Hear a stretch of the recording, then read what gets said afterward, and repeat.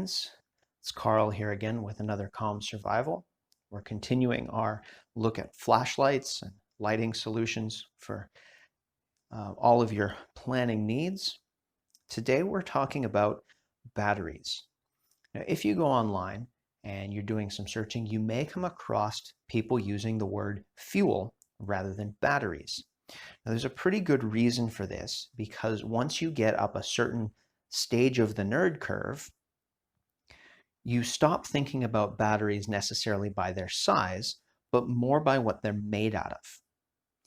This can be pretty important because it opens up a few choices to you, but again, you're going to be making decisions ahead of time that you then have to live with later.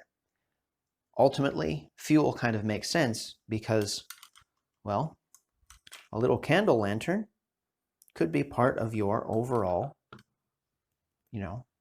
blackout or, kind of home kit. I keep lights around using a bunch of different kinds of, light sources or fuel sources just because it's interesting for me. Once you actually use candles for any real work, or if you've ever used any sort of lanterns or lamps, it's not very fun. Having done homework by a oil lamp, yeah, it gets pretty hard on the eyes pretty fast. But what we're going to talk about is batteries. Now, once we've decided on what we're going to talk about is the chemistry first. I think that's going to be the easier way. Batteries can be broken down into primary cells or non-rechargeable. So we have this lithium battery, and we have this alkaline, which everybody's going to be pretty familiar with. And then we have secondaries, rechargeables.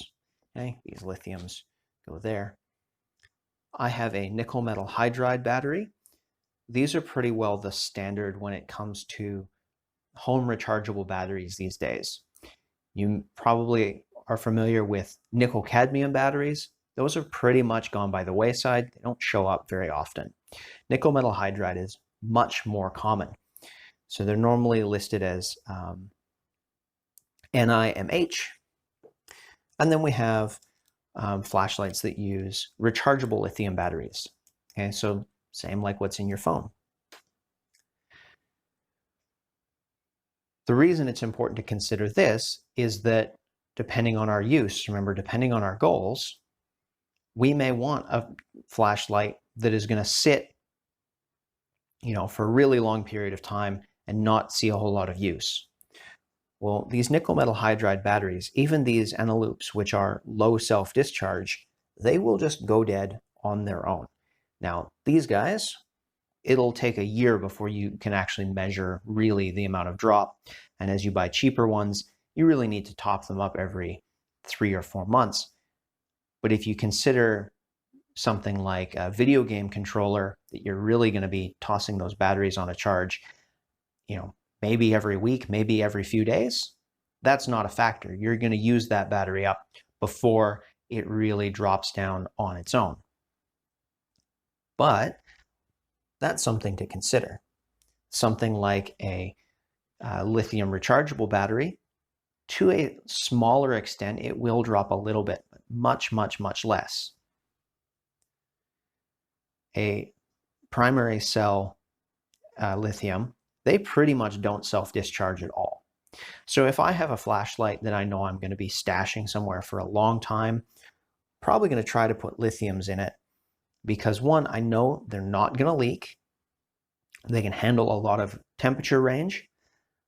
And so then it's going to be there when I need it. Alkalines, everybody knows them. They're cheap, but they're called alkaliques for a reason. Now, what basically happens is as they start to discharge, the interior materials start to break down. Now, that in your TV remote that you're replacing the battery every year or so, or when the remote stops, you replace the battery, isn't that big of a deal. But a lot of flashlights, especially LED flashlights, have what's called vampire drain. Now, it can be something intentional. It can be part of a circuit that is kept operational for settings or things like that. Or it can be unintentional, just poor design, but there's a very tiny trickle of power always running out of the battery. That tends to kill alkaline batteries within a couple of months.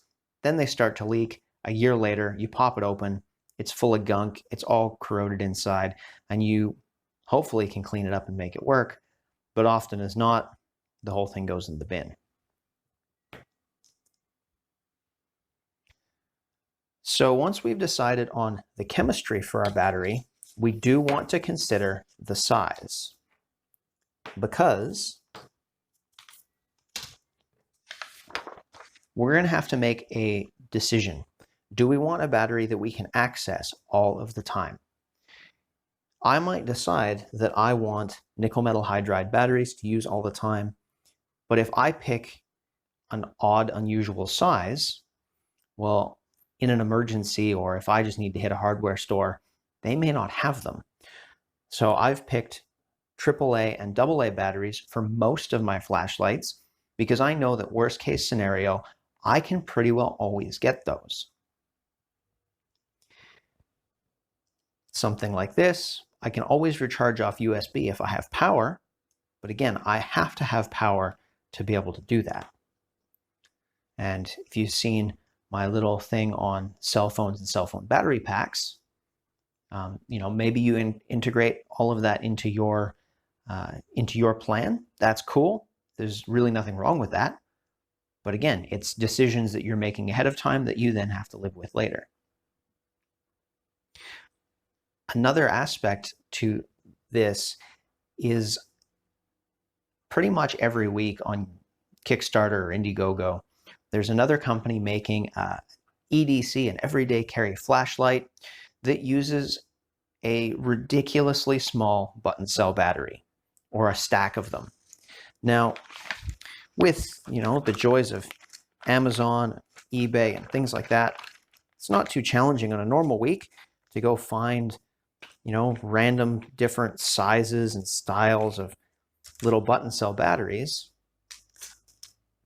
But if you have to go and replace those batteries, very often, or they're a little bit expensive, so you want to use them all the way up, you don't want to replace them proactively, then you have to figure out some way around that.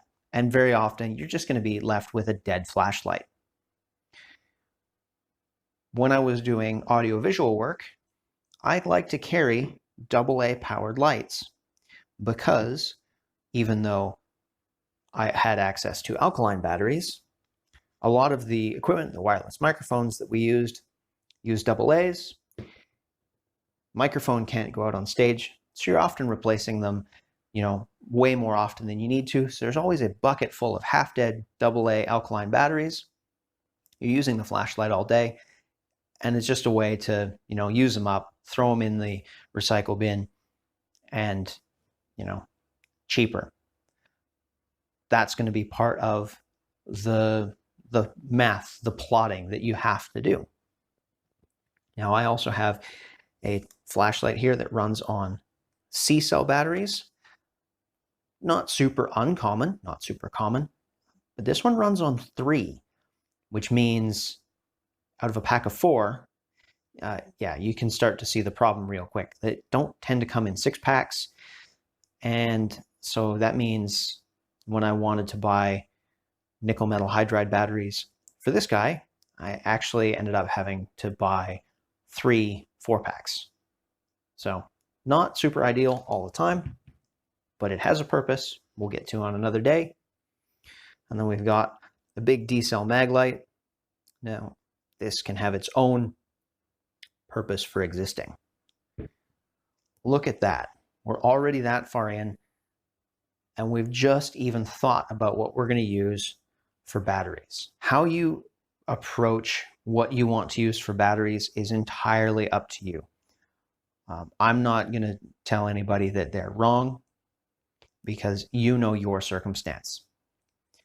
I've simplified my system based around a single charging station, a particular type of batteries, the nickel metal hydride, AAAs, AA's, C's and D's, pretty much around the double and triple A's. I do have a few outliers, but in general, that's where I've settled. If you decided that you want to use one of the more niche batteries, but you want to use something, but you do want to charge them, there's nothing wrong with getting a charger and a stack of CR123 batteries and doing it all that way. In fact, many light enthusiasts go in that direction because they feel that they can get more of what they want using those different, those different batteries. And if you're wondering what all those funny letters mean and numbers, in general, they actually do form a code that tells you the dimensions of the battery. So sometimes you can actually check a battery. You'll see that it's got a few different numbers on it, and that can help tell you whether or not it's compatible with what you're trying to use it in. It's a little esoteric, I know, but when you're coming across some things that seem to conflict, sometimes they're just maybe the European standard or the North American standard, or sometimes it's simply that battery is the same size, but one is a rechargeable version and one's not. So to keep me from rambling on any farther on that topic, again, if you want to climb the nerd curve on your own, be my guest, but hopefully I've pointed you in the right direction. I'm Carl, this is Comm Survival, and we'll catch you next time.